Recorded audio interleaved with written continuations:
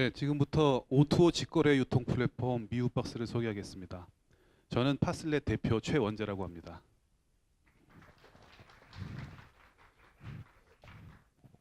어, 2000이라고 하는 이 숫자가 의미하는 바는 뭘까요?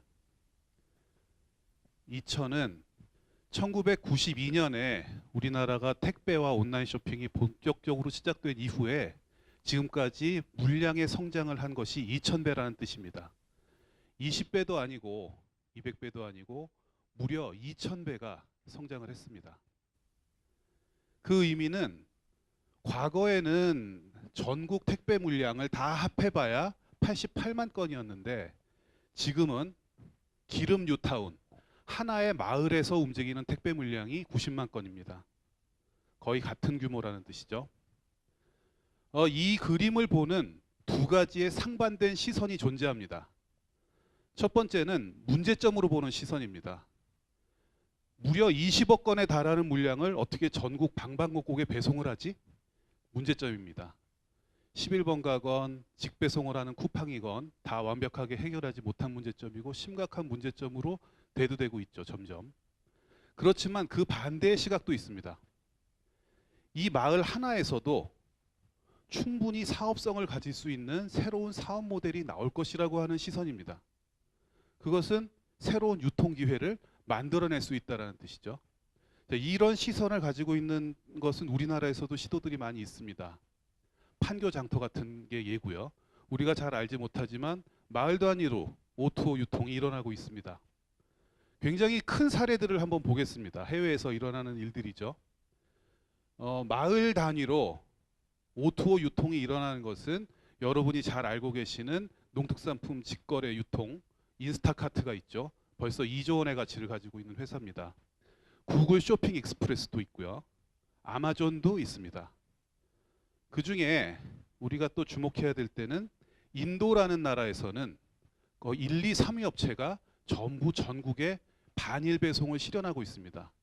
그것은 마법이 아니고 인도 플립카트 같은 업체는 인도 전역을 수천 개의 권역으로 나눠서 마을 단위의 O2O 유통을 하고 있기 때문에 가능한 일입니다.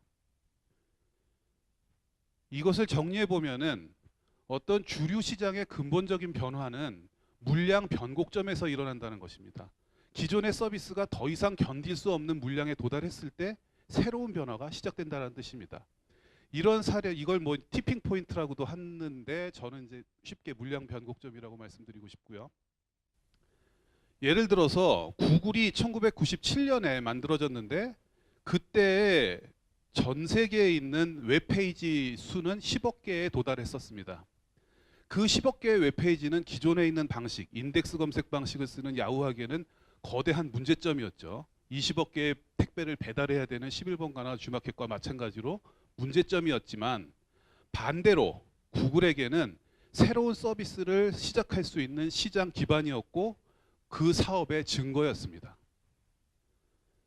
에어비앤비나 우버나 또는 편의점 등도 전부 기존 서비스의 물량이 폭증했을 때 새로 생긴 그런 서비스들입니다. 우리는 2000배의 성장을 겪었습니다. 그 시장은 근본적인 변화가 일어나야 하고 또는 새로운 변화를 받아들일 수 있는 물량 변곡점에 도달해 있고 저희는 제3자의 개입이 없는 직거래, 셀프, 지역화 요 세 가지 테마로 새로운 유통을 서비스하고 있습니다. 저희가 하는 일은 밀집 거주 단지에 대규모 아파트 단지 같은 곳이죠. O2O 직거래 시스템을 만들어서 고객과 판매자가 원활하게 직거래를 할 수 있는 시스템을 구현하는 것입니다. 그 특징은 물류와 정보가 완벽하게 통합이 되어 있고 또 하나는 그 개별 배송이 아닌 대량 배송에 의해서 물류 효율화를 이뤄내는 겁니다. O2O 직거래 유통이 필요한 대표적인 상품은 농특산품입니다. 해외 사례를 봐도 농특산품으로부터 직거래 유통이 시작되고 있습니다. 그 이유는 농산품은 굉장히 다양하고 또 하나의 농특산품 종류를 공산품과 다르면은 하나의 종류를 몇 개의 회사가 대규모로 생산하지만 농산물은 하나의 작물을 굉장히 많은 사람이 나눠서 생산하고 있다는 점이 굉장히 큽니다. 그래서 정부에서도 오랫동안 이 농특산품 직거래를 활성화시키기 위해서 인터넷 쇼핑도 만들어주고 가판대도 만들어줘 봤지만 그 어느 쪽도 이 유통망을 원활하게 구현할 수는 없었습니다. 자, 이 중에 정부에서 더 신경을 쓰고 있는 부분은 인터넷 쇼핑보다는 오히려 가판대라고 하는 물리적인 장치입니다. 로컬 푸드 직매장의 성장 추이를 보면 2012년보다 2015년에 거의 30배에 가까운 성장이 일어났습니다. 이 의미는 정부가 주도적으로 시작을 했지만 2016년에 이제 농림부의 직거래 매장 지원 금액이 한 530억 정도 됩니다. 꾸준히 지원을 하고 있는 것이고요. 그 이유는 농특산품은 직거래 유통망이 반드시 필요한 영역이라고 하는 공통적인 시각입니다. 정부도 그렇게 생각하고 있고 농민들도 그렇게 생각하고 있으며 소비자 단체에서도 그렇게 생각하고 있습니다. 그래서 미웃박스가 제공하는 농특산품의 직거래 방식을 한번 보여드리겠습니다. 이분은 이제 농민이고요.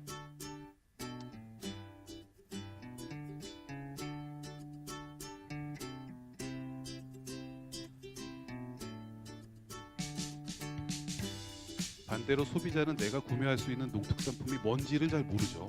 구매할 수 있는 방법도 별로 없습니다.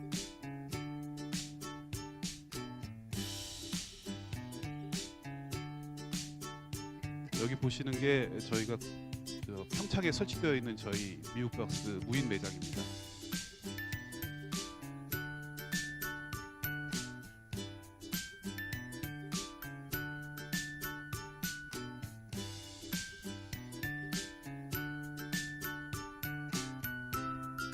판매할 상품을 입고를 하게 됩니다.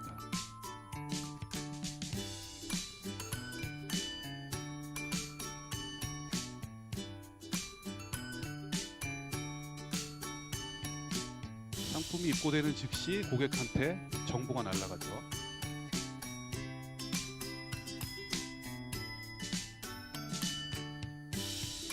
앱에서 구매를 해서 배송을 받거나 또는 우리 아파트 단지 입구에 있는 미웃박스 매장으로 가서 직접 구매하게 됩니다.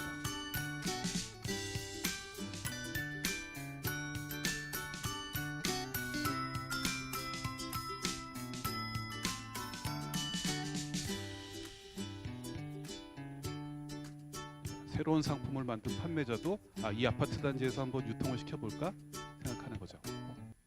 그래서 아까 화면에서 보신 바와 같이 저희 플랫폼에서는 상품 정보가 웹과 앱으로 먼저 공유가 됩니다. 이 상품이 누가 생산한 건지, 어떤 과정으로 만들었는지, 언제 추수한 건지, 상품의 상태는 어떤지를 고객이 미리 알 수 있는 것이고, 그거와 그 정보와 정확하게 일치하는 상품, 중간에 누군가가 개입을 하면 저 상품 정보와 일치하지 않는 상품을 받게 되는 일이 비일비재합니다. 여러분도 많이 경험해 보셨겠지만 농특산품에서는 사실은 상품 정보를 확인하고 그 정보와 맞는 상품을 얻는다라는 것은 굉장히 어려운 일이죠. 그렇지만 저희 플랫폼에서는 등록된 생산자가 정보와 반드시 일치하는 상품을 무인 매장을 통해서 고객한테 유통시키게 되어 있습니다. 그리고 나서 세 번째 단계는 그 고객이 내가 구매한 상품에 대한 반응, 품질이 좋더라, 해보니 괜찮더라라는 반응을 SNS와 입소문을 통해서 그 아파트 단지, 내 친구들한테 전파하게 되는 것입니다. 그래서 그 우리 직거래 유통의 프로세스를 다시 한번 정리를 해보면, 먼저 대규모 밀집 생활 공간에 미웃박스를 설치하게 되고, 판매자는 한 100여 개 이상의 물량을 한꺼번에 갖다 놓는 겁니다. 일일이 배송하는 게 아니고요. 그리고 소비자는 상품을 구매합니다. 앱으로. 구매를 하고 예약 주문을 할 수도 있죠. 그러면 소비자가 와서 꺼내 가던가 아니면 이 마을에서 움직이고 있는 근거리 배송 인력, 시간이 짧아서 이 근거리 배송에 대해서는 저희가 말씀드릴 시간은 없는데, 그 아파트 단지에서 여러 가지 택배 회사나 상품 배송을 서비스하고 있는 기업들이 굉장히 많습니다. 그분들이 이제 집에까지 배송을 해드리게 되는 것이고, 저희는 이제 그동안에 서비스를 통해서 배송기 사용 앱까지 개발이 되어 있는 상태입니다. 그래서 지금 아까 보여드린 화면에 있는 것은 설치되고 있는 미우박스 플랫폼인데, 이게 이제 매장 외부고요. 매장 내부고 거기 판매되는 상품 정보입니다.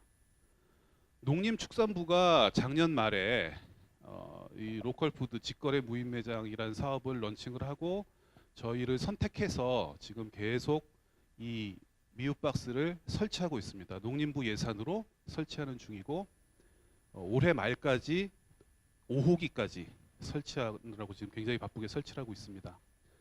그리고 저희가 이제 SK텔레콤 IoT 사업부하고 이제 정부나 지자체, 농협 같은 데하고 영업을 하고 있어요. 그래서 그 성과로 세종시에서는 세종시장님이 특별히 지시를 하셔가지고 지금 2개를 설치하려고 준비하고 있습니다.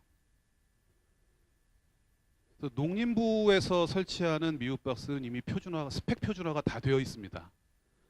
그 스펙 내용이고요. 외부 하우징 안에 이런 시스템들이 들어가는 것이고, 가격이나 스펙이 다 결정이 되어 있어서 저희가 카피하는 방식으로 계속 보급하고 있습니다. 중요한 부분은 여기 나와 있지 않지만 농민과 소비자가 직거래 중개를 해줄 수 있도록 거대한 백오피스 시스템이 운영되고 있습니다.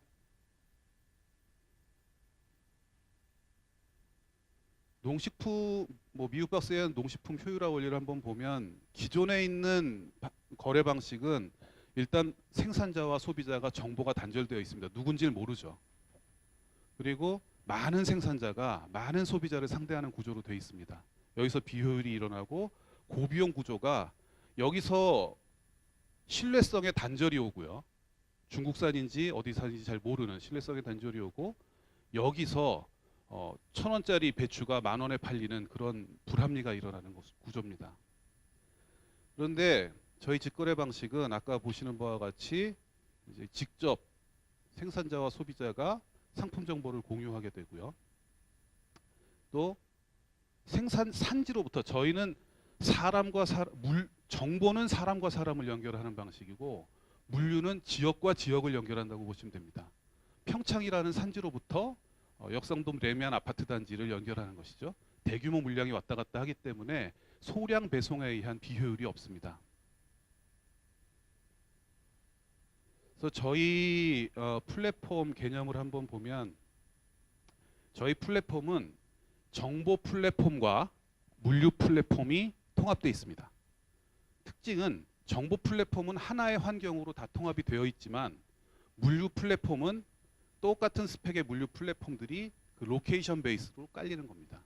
그래서 그 지역에 있는 고객들을 물류 플랫폼이 상대를 하게 되고, 판매자는 전체를 볼 수가 있는 것이죠. 이 통합 플랫폼에 의해서 저희는 전체 직거래 유통망에 대한 데이터와 그 데이터 분석에 의한 난리지와 인사이트를 쌓게 됩니다. 서비스 모델을 이제 살펴볼 텐데, 서비스 모델은 3가지 관점에서 볼 겁니다. 첫 번째는 판매자 관점, 두 번째는 소비자 관점, 그리고 세 번째 전체 유통망 관점에서 우리 서비스 모델을 소개해 드리겠습니다.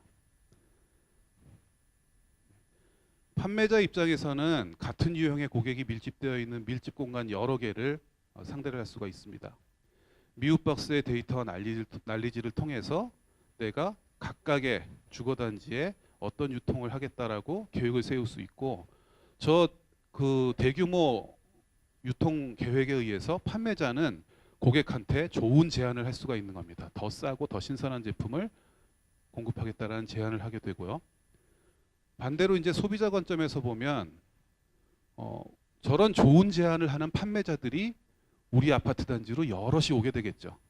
그래서 뭐 요일별로라든가 날짜별로 이렇게 다양한 상품을 직거래 형태로 구매를 할 수가 있습니다. 그래서 지금은 저희가 이제 그 농산물을 위주로 먼저 시작을 하고 있지만, 이런 직거래 방식이 필요한 것은 신상품, 그러니까 예를 들면 초도 물량이 한 10,000개밖에 안 되는 신상품은 전국에 유통하는 것보다 기름 뉴타운 한 단지에 하는 게 훨씬 효율적이겠죠. 소비자 반응을 좀 보기도 좋고요. 핫딜 상품 마찬가지일 겁니다. 그다음에 대중적 소비재는 세제, 휴지, 기저귀, 라면, 콘택트 렌즈 클리너 같은 것들인데, 그것들은 뭐냐면 내가 쓰는 제품을 늘상 주기적으로 쓰는 겁니다. 그걸 이 방식을 통하게 되면은 저희가 계산해 보면 거의 한 40% 이상의 유통 마진을 절감해서 소비자한테 저렴하게 제공할 수가 있는 것이죠. 그래서 이 두 가지 관점을 이제 유통망 관점에서 보면 택배 기반의 온라인 쇼핑 영역에서 강점을 가지고 있는 것은 완전히 성숙되어 있는 이런 제품이나 아니면 롱테일 저 바깥에 있는 유통 효율이 낮은 제품이 아니고 이 중간에 있는 제품들입니다. 선택을 해야 되고 개별 배송과 개별 주문을 하게 되는, 여기는 이제 기존의 온라인 쇼핑이 굉장히 경쟁력을 가지고 있는 영역인데, 이런 부분들은 이 경쟁력이 있는 부분으로 끼어들기가 어렵고, 반대로 또 이런 부분들은 이 개별 배송을 하게 되면은 유통이 비효율화되는 거죠. 그래서 저희는 이제 이 두 가지가 유통될 수 있는 돈을 버는 매장을 만드는 것이 저희의 목적이고, 또 한 가지의 미래 비전은 예를 들어서 이 사업자를 위한 운영 비용이 필요 없는 그 지역에 설치되어 있는 고객 접점의 역할을 해줄 수 있으리라고 봅니다. 직거래 유통의 장점은 최저가 정책과 정보 신뢰성, 그리고 사회 공헌과 상생, 그러니까 도농 간의 윈윈 되는 일을 만들고, 특히 기존에 있는 온라인 쇼핑에 들어가기 어려운 신사업자를 위한 서비스를 할 수가 있다는 겁니다. 중요한 것은 이제 사업 전개 전략인데, 저희는 이제 초기 시장과 자금의 확보는 농림부와 농협, 그다음에 지자체에서 지원하는 자금으로 지금 확보를 해나가고 있고요. 그것을 통해서 핵심 요지를 확보하려고 합니다. 그러니까 아파트 단지 통합 택배 사업을 하고 있는 한 100여 개의 아파트 단지에 저희 미국버스를 설치할 수 있는 기회를 저희가 확보를 했고, 그다음에 이 두 가지를 통해서 2017년 하반기부터 서비스 확장을 해서 매출의 급성장을 이루려고 합니다. 저희 투자금 활용 전략은 지금 저희가 확보할 수 있는 요지들이 있습니다. 세종시라든지 여주, 김포, 서울시, 부산시 이런 중에 저희가 자금만 있으면 확보할 수 있는 굉장히 높은 부동산 가치를 가지고 있는 그런 핵심 요지 10곳을 확보하고 기술 인력 보강을 하고 유통 전문가를 확보하려는 목적을 가지고 있습니다. 저희 비전은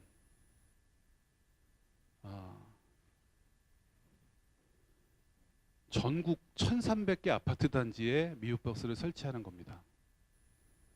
1,300개 단지는 전체 아파트 단지의 약 6%입니다.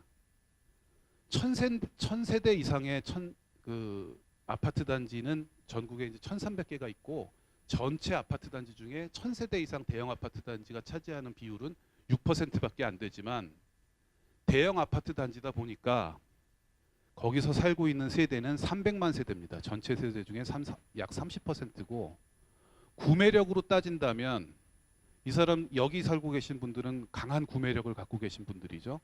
아마도 우리나라의 한 절반 이상의 구매력을 가지고 있다고 봅니다. 그래서 시간이 짧을 것 같아서 저희가 이제 여기까지는 먼저 말씀을 드렸고, 저희가 가지고 있는 이제 사업권은 지난 4년 동안 중앙정부 지자체 아파트 단지를 통해서 확보된 사업권이 있고요. 그리고 특허가 있습니다. 그래서 매출 영업 계획은 2017년을 기준으로, 아까도 말씀드렸지만 2017년 하반기부터 서비스 운영 수익이 이제 증가하게 하는 전략이고, 그 전까지는 인프라 확장을 통해서 사업을 해나가려고 합니다. 저희 팀은 2012년 10월 1일에 미래창조과학부의 이제 글로벌 유망 IT 사업이라는 지원 제도에 의해서 저희가 만들어졌고요. 초기부터 IT 전문가들과 물류 전문가들이 기획부터 회사 설립, 현재까지 운영을 같이 하고 있습니다. 그리고 외부 조직으로는 마을 기업이라든가 배송 서비스, 정부 지자체, 그다음에 SK텔레콤 같은 브랜드를 제공해주는 파트너들을 구성을 해서 사업을 운영하고 있습니다. 이건 저희 자세한 팀 내용 구성이고요. 저희는 이제 비즈니스 모델은 택배로부터 출발해서 몇 단계의 변화를 거쳤습니다. 지금까지.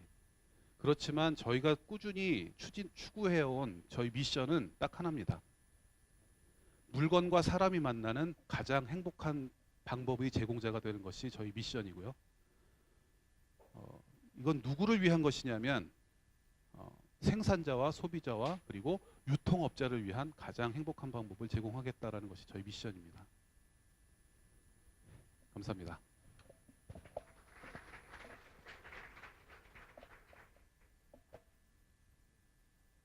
네, 시간이 조금 오버되긴 했는데 간단한 질문 하나만 받겠습니다. 네, 이동철 대표님. 안녕하세요. 혹시 지금까지 그 설치를 해보셨잖아요. 네. 제가 설치를 예전에 IR 한번 드린 적이 있는데, 네네. 그때도 사실은 물류 관련돼서 이제 일반 택배 네. 걸로 비즈니스 모델 잡으셨다가 네. 조금 바꾸신 것 같아요. 네. 네, 아까 어느 동네죠? 저 강원도에 네. 평창. 평창. 예. 그거 설치하고 난 다음에 사용률이나 네.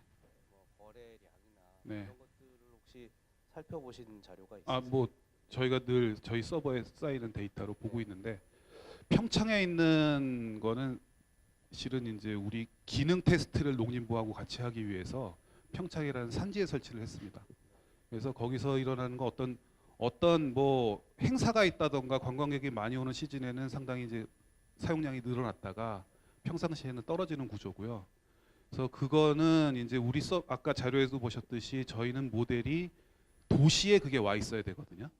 평창에 있는 분들도 다 알고 있는 사실인데 일단은 그쪽에서 테스트는 하고 있는 상황이고요. 실제 도시에서 소비자들이 이제 구매하는 데이터는 지금 홍성에 까는 거라든가 정선에 까는 거라든가 서울시에 까는 거를 통해서 제대로 확보가 될 수 있을 것 같습니다. 아직 해보시지는 않은 거고요. 그러니까 이제 평창에 있는 거는 사실 뭐 산지에서 오는 관광객들을 위한 판매 데이터들은 있고 살고 있는 소비자들의 데이터는 아직 확보하지 못했습니다.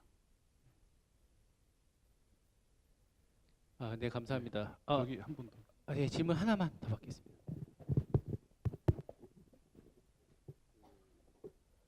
지금 전체적으로 위탁 판매 형식의 구조인 거잖아요. 네네. 유흥박스. 그러니까 전체적인 유통 기한 관리나 이런 건 어떻게 되는지 다 농산물이나 이런 것들이 다 다를 수가 있잖아요. 네, 그런 게 만약에 유통 기한이 지났을 때는 네. 그 제품에 대해서 어떤 뭐 회수를 한다든지 아니면 네. 파기를 한다든지 이런 건 어떻게 마련하고? 그거는 뭐 저희가 이제 기존에 있는 매장보다는 모든 데이터가 남아있기 때문에 근거 데이터가 다 명확하게 남아있잖아요. 그래서 훨씬 더 정확하게 이루어질 거라고 보고요. 그건 저희가 이제 시스템으로 지원하는 겁니다. 그리고 저희가 직접 유통을 시키는 아이템이 초기에는 생길 수 있겠죠. 그런 건 저희가 이제 반품이라든가 여러 가지 유통 책임을 지는 구조고, 지금 이제 평창이라든가 다른 데에 전개하는 것은 저희 시스템에 의해서 판매자들이 책임을 지는 구조로 돼 있습니다.